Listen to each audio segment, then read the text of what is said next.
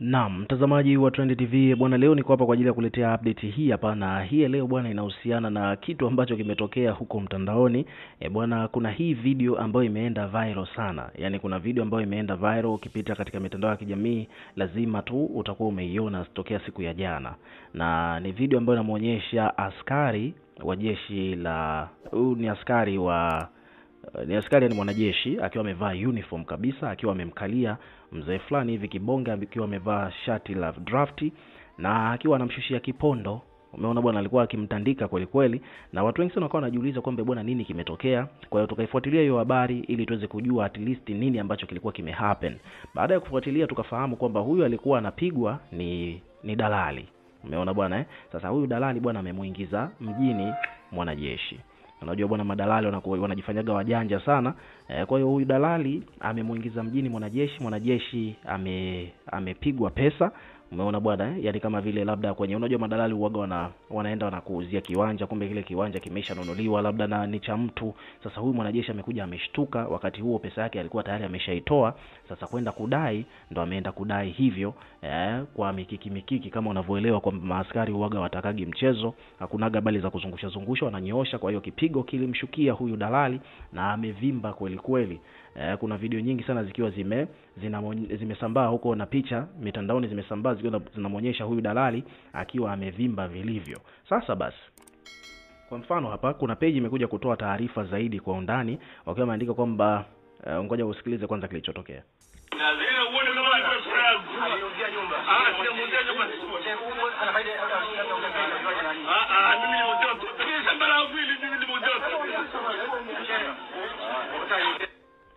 So kuna issue hapa ya kuuziana mashamba na nyumba. Sasa kuna kimoja wapo bado story bado hatujaiunganisha vizuri, lakini bado tunaifuatilia kwa ukaribu. Lakini kwa mujibu wa kitu ambacho kimehappen ni kwamba kuna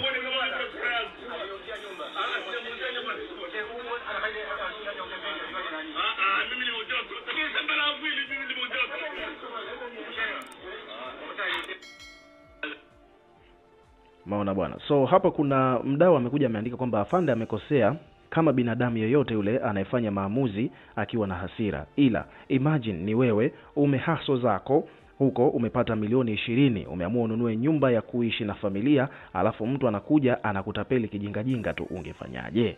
Umeona bwana. Kwa hiyo inasemekana kwamba kumbe huyu dalali bwana alimtapeli huyu askari milioni 20 kwa dhumuni la kwamba walikuwa wamekubaliana anamuuzia nyumba. So hivyo ndivyo mambo yalivyo. Kwa hivyo basi kipigo kimemshukia kama kawaida, na huyu jamaa yuko na hali tete.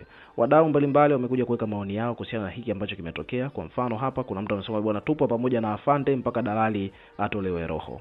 Kwa mtu anasema bwana ningefanya zaidi ya hivi. Kwa mtu ameandika hivyo. Kwa mtu anasema bwana, mbona afande mtu wa huruma sana aisee, kiukweli afande kama hurumia.